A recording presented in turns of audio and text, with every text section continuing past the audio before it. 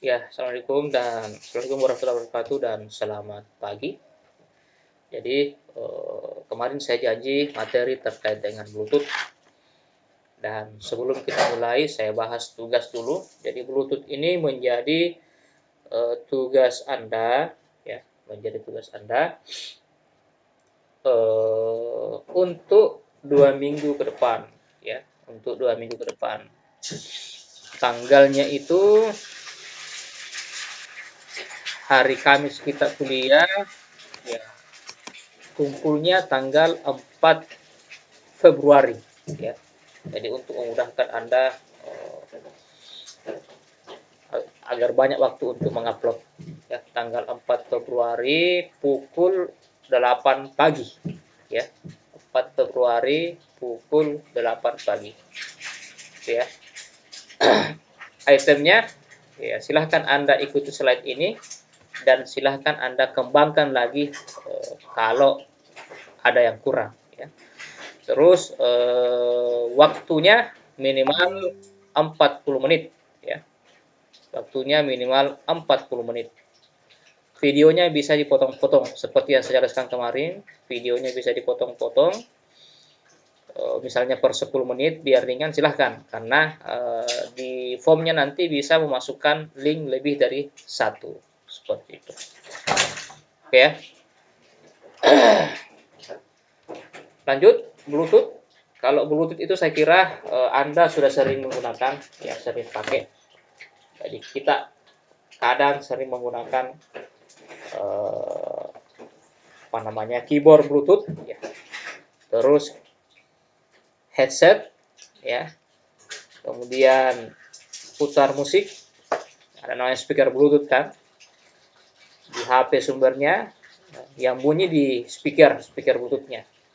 Nah, dari semua perangkat itu ciri khasnya mereka tidak piranti tersebut tidak menggunakan kabel ya atau tanpa kabel atau wireless. Lanjut. Jadi pembahasan tentang Bluetooth yaitu spesifikasi industri untuk jaringan kawasan pribadi atau kita kenal istilah personal area network. Kalau kita pernah dengar tentang LAN ya, local area network, maka ada istilah PAN, personal area network, yang lebih kecil dari LAN. Bluetooth menghubungkan dan dapat dipakai untuk melakukan tukar-menukar informasi di antara peralatan-peralatan. Definisi ini mirip sebenarnya dengan definisi jaringan, terkhusus jaringan wireless. Ya.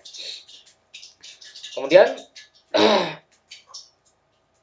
pengertian yang lain ya, teknologi komunikasi wireless atau tanpa kabel yang beroperasi dalam pita frekuensi 2,4 GHz. Jadi mirip pita frekuensi dari WiFi. Ya, kita sering gunakan. Nah, persisnya antara 2402 GHz sampai 2450 GHz.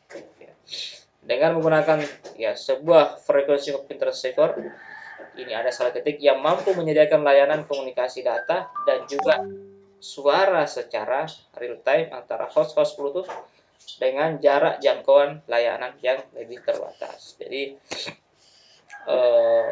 pembeda antara perangkat WiFi ini ya yang sering kita gunakan, WiFi dan Bluetooth ini ya, itu salah satu yang paling mencolok adalah jarak jangkauannya.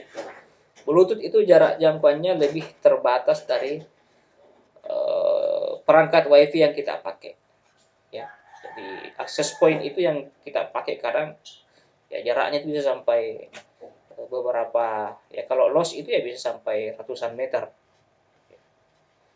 kalau tidak ada penghalang. Kalau Bluetooth itu ya mungkin puluhan saja ya, puluhan meter. Kemudian ada teknik namanya frekuensi, ini bisa dibaca nanti ya, dicari nanti. Itu sebuah teknik yang digunakan dalam mengirim dan menerima data. Ya. Terus kata Bluetooth itu ada sejarahnya. Jadi kenapa digunakan Bluetooth? Ada sejarahnya. Dia merupakan atau inspirasinya itu diambil dari seorang raja ya di Skandinavia yang bernama Harald Bluetooth. Nanti bisa dibaca sejarah lebih lengkap ya. Nah, berjudul si Gigi Biru yang hidup pada akhir abad ke-10. Kemudian intinya di sini adalah raja pada saat itu berhasil menyatukan sebuah daerah yang luas gitu kan. Jadi mereka terpisah-pisah disatukan. Ya, bisa diatur ya, bisa dikoordinasi dengan oleh seorang raja yang bernama Harald Bluetooth ini. Nah, itulah alasan mengapa nama Bluetooth ini digunakan. Ya. Nama Bluetooth ini digunakan.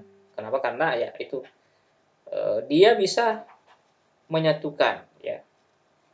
Seperti cita-cita orang sekarang ya, maunya itu sebuah atau beberapa perangkat itu bisa saling berkomunikasi. Ya, saling menyatu. Nah, kita lihat sekarang kan ada jam ya, smartwatch itu yang bisa terkoneksi dengan HP misalnya.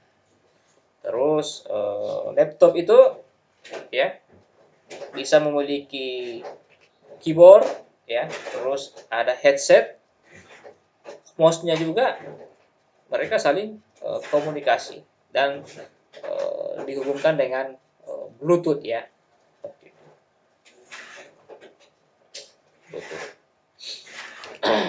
Kemudian pada bulan Mei 898 ya, 5 perusahaan promotor yaitu Ericsson, ini Ericsson, IBM itu perusahaan yang sudah lama memang malah melintang, perusahaan komunikasi. Ya, Intel, Nokia dan Toshiba membentuk sebuah special interest group dan memulai membuat spesifikasi yang mereka namai Bluetooth. Ya, semacam standar-standar kan Bluetooth. Pada bulan Juli 1999, dokumen spesifikasi Bluetooth mulai diluncurkan. Pada bulan Desember 1999 mulai lagi pembuatan dokumen spesifikasi Bluetooth versi 2.0 dengan tambahan 4 promotor baru yaitu ya Tricom, Lucent Technologies, Microsoft dan Motorola. Kalau Ericsson ini IBM, Intel, terus Motorola. Sepengetahuan saya itu sebuah jadi perusahaan-perusahaan yang sudah lama ya, sudah sangat lama.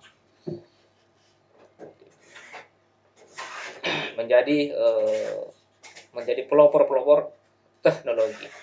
Ya, mereka juga terlibat di beberapa penemuan-penemuan atau standarisasi yang lain. Nah, saat ini lebih dari 1.000 perusahaan di berbagai bidang antara lain bidang ya semikonduktor, manufaktur, PC dan seterusnya bergabung dalam sebuah konsorsium sebagai adopter teknologi Bluetooth. Ya, adopter itu ya yang menggunakan ya pengguna. Perusahaan termuka antara lain ya Compaq, Philips, bisa loncat-loncat ya. Casio, ini ada pesawat ini. Ya, dan seterusnya. Walaupun standar Bluetooth SQ saat ini dimiliki oleh grup promotor, tapi ia diharapkan akan menjadi sebuah standar. Nah, kita maju lagi.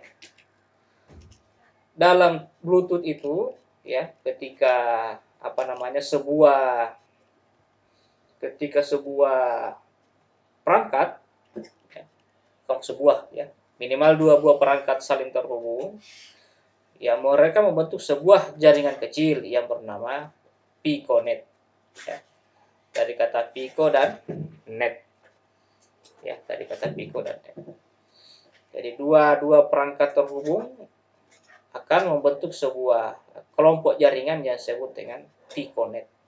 Ya. Jadi jaringan kecil yang terbentuk atau membentuk hubungan berdasarkan koneksi Bluetooth itu. Ya. Seperti itu.